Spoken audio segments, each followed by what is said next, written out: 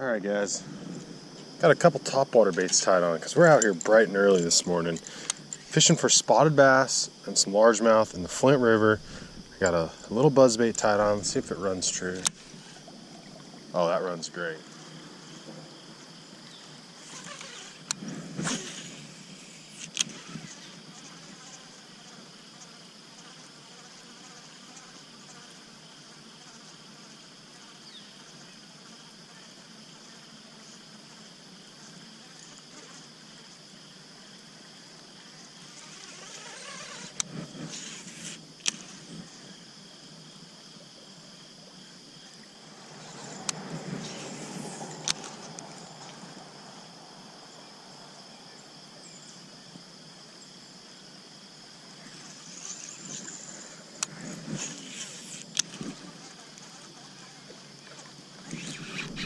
Got him on the buzzbait, guys. How cool is that? That did not take long.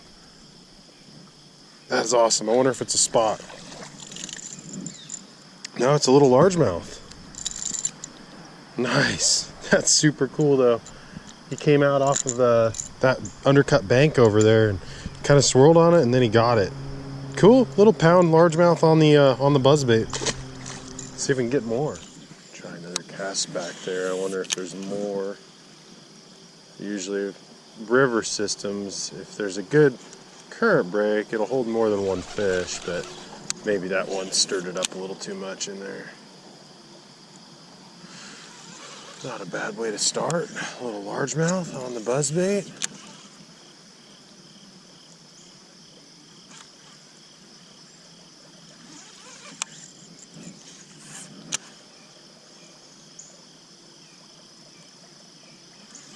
See if we can weave a cast in there. Ooh, that looks good. You know, this stuff is all going to act as a current break. You know, essentially this is all just out in the river. The fish can sit behind it. They can wait for something to swim by, ambush it. You know, my buzzbait doesn't really, it's not really as realistic as they come, but, you know, it's essentially going to get them just kind of triggered and fire them up. But, you know, all these little snags are going to act as current breaks, and fish will sit right behind them and ambush on stuff. There's a lot of them in this river. Cool part about this river this time of the year when you don't get a lot of rain is it's a nice slow moving, you know, easy current, so you don't have to worry about flying through the areas. And there's one. Nice. Right as I was talking. That one hammered it. That's got to be a spot. Yeah, that's a spot. He's mean. He's not even as big as the first one. He's just mean. Get in here, buddy. Super cool. Spotted bass on the buzzbait. Hooked him on the outside of the mouth. Look at that. It's kind of weird. Man, I thought he was going to be bigger the way he blew up, and he was fighting so much harder than that largemouth did. That's funny. I knew immediately though he was fighting so much harder. Sweet, another one on the buzzbait. Same deal, just a little piece of wood sticking out, current break. Not a big fish, but hey, we'll get him back, and you know, we're on something. I had a feeling I didn't throw a buzzbait. I came out yesterday. I caught a few bigger than this, but I didn't catch any real big ones. And I had a feeling the buzzbait around some of these snaggy areas would be really productive. And this is a new stretch of river. I was just kind of breaking it down for you guys, telling you what these snags do and sort of why I target them the way I am right now, and you know, why the fish utilize these areas. And he proved me right there. So cool. We're gonna keep working, and you know, I might just drift through down to the end of all these stick ups down in here and then come back upstream, because the trolling motor will do fine against this current, no problem at all. And so we'll just kind of keep chugging. Got 2 fish already up quick, so not big ones, but hey, I have a feeling the buzzbait will get a big bite, so we're just going to keep chucking it and see what happens.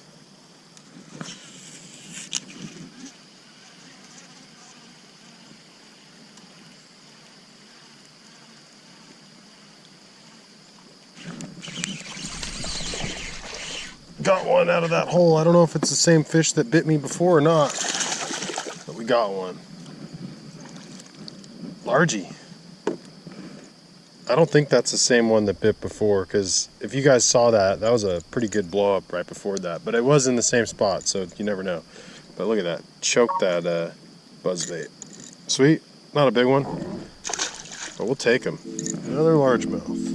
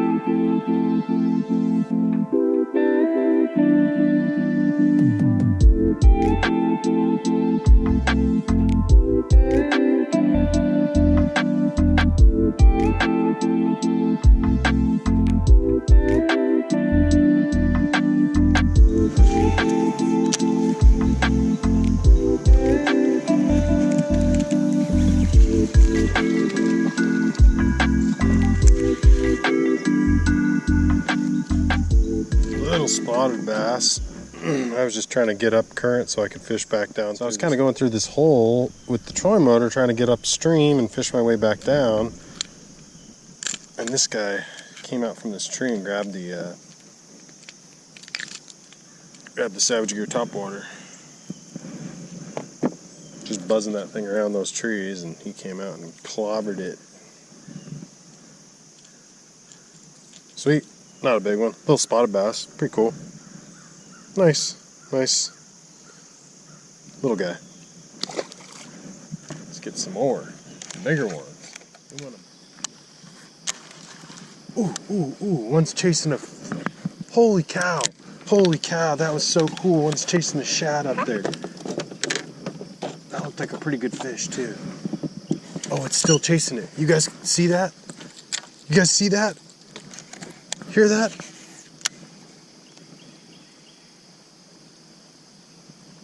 Oh my gosh, that was the coolest thing. I don't know if that bass is... I think it got the shad.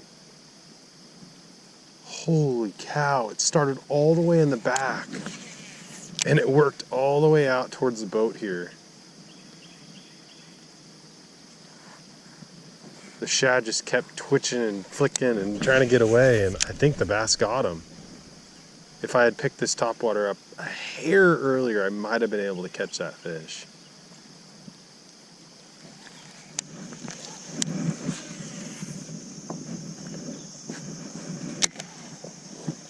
Oh, there we go.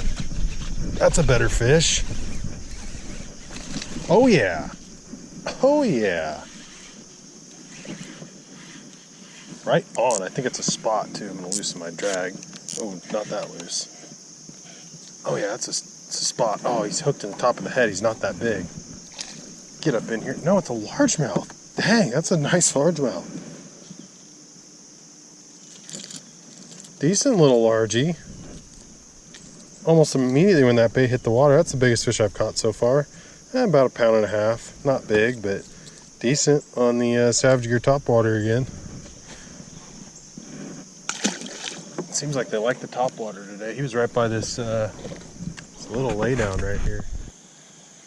Another thing you notice me doing a lot fishing these topwaters around this kind of water is a lot of rod control. You know, not very many people talk about that. It's an extremely key thing when you're fishing around structure with any bait for that matter. I mean, not just this topwater, but a spinner bait, a chatter bait, you know, the buzzbait that I got tied on. You know, swim jig, I mean, crankbait, you name it. It's a really important thing that not very many people talk about is rod control. And I don't mean just like when you cast and stuff. I mean, like when you're working your bait back in, you got to have control over your rod. You got to be able to, you know, point the rod in the right direction in order to direct your bait. It's a good way to help control how your bait comes around cover. You can maneuver it through areas. If you understand rod control, it allows you to make casts into, what I should say is, once you understand rod control, it allows you to make casts into different areas that you may not normally think you could get through. without having to deal with snagging up.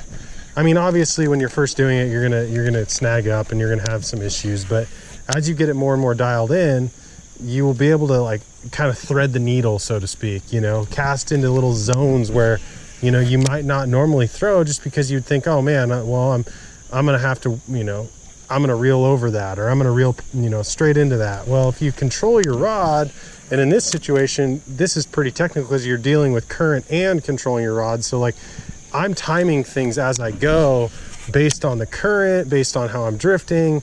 And so you can really determine how your lanes kind of open up with your bait. You know, you've got little zones and little openings that you know, that jump out at, basically as you do it, they jump out at you. You know, like, oh wow, like look at that lane right there, up to that tree, boom, like that wasn't there 5 seconds earlier. So essentially what you're doing is you're taking advantage of these lanes. I mean, that one there you could have done without controlling your rod, but a lot of the times, you know, depending on how I want my bait to come over the structure, I'm gonna move my rod. Oh look, there's a little guy behind it. He was so little.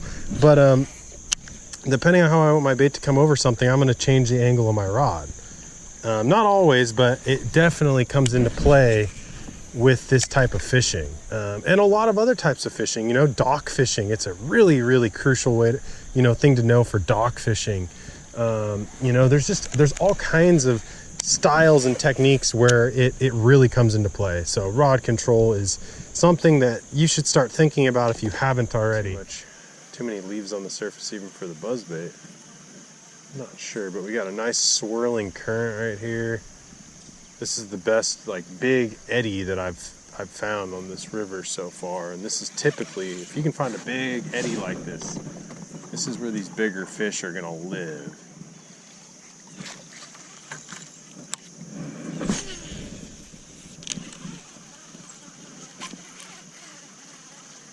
Oh, we just had a big one swirl on it. We got him. That's a big one. That's the one. That's the one. Stay on there, fish. Oh yeah, that's a good one. It's not as big as I thought, but it's a good one. Oh yeah, oh yeah. Oh, it's a nice largemouth. That's a nice largemouth. Oh, that's so cool. I knew that was gonna happen in this eddy. Oh yeah, that's the quality fish we're looking for. I was just saying how I wanted it to be a spot, but hey, we will take that largemouth right there on the buzzbait. Look at that, barely got him, just in the tip of the mouth. He swirled on it, and then I just kind of kept it going, and he chased it down and ate it. I mean, as you guys saw lower on the pool, hopefully I got that on film. These fish are used to chasing bait fish, and so when you stop your bait or when you burn it in to try to get back in there, if you get that bite like that fish, you're gonna miss your opportunity. So just keep it rolling, keep it slowly going through there, and you're gonna get them to commit most of the time. Not all the time, but most of the time. That's a solid fish, probably a good 2.5, 2 3/4 pound largemouth out of the Flint River here. That is really, really nice. We're gonna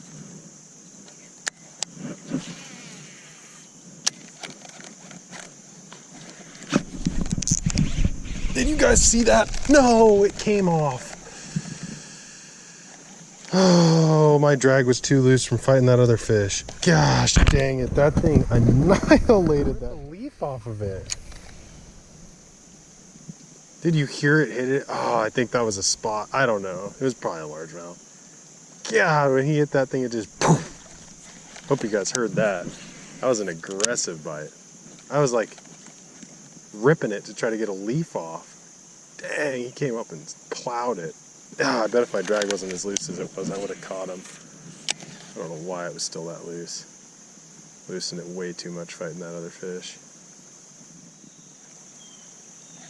So essentially what I'm targeting is just current breaks and eddies. It's pretty straightforward. You're just looking for areas where the main, you know, bulk of the current is getting broken up or swirling. A lot of it right now, I mean, thankfully these leaves are on the water. I can tell this, you know, we're fishing in the fall. I can tell real easily how the current is just because of all the leaves on the surface. I mean, thankfully and not thankfully, because for a treble hook bait like this, it makes it kind of hard to throw around the good current seams because you've got a lot of leaves that build up. But the smaller ones, like around these trees and stuff, this treble hook bait works great. And then when you've got a lot of leaves, that Buzzbait does the same thing. I like something that moves fast though. Wow, I just had one chase it out. I like something that moves fast though. It doesn't give them much of a chance to look at it. When the water's warm like it is right now, you know, the Topwater is a great way to get a bigger bite out of these areas. And I think a faster moving one just gets them triggered. Especially the fish in a river like this, they're used to eating shad. So that's what I'm targeting.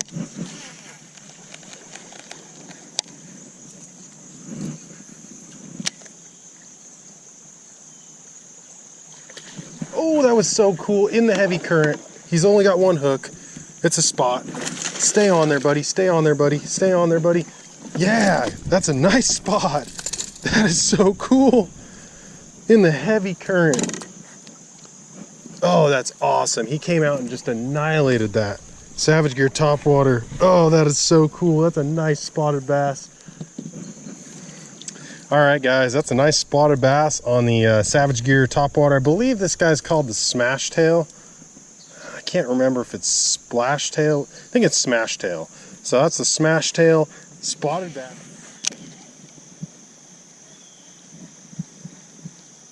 One nice part about this boat is I have like little to no draft underneath, even with the trolling motor, so I can go over some of the shallowest trees. I just drifted over a tree that was like 8 inches of water on top of it across the entire river.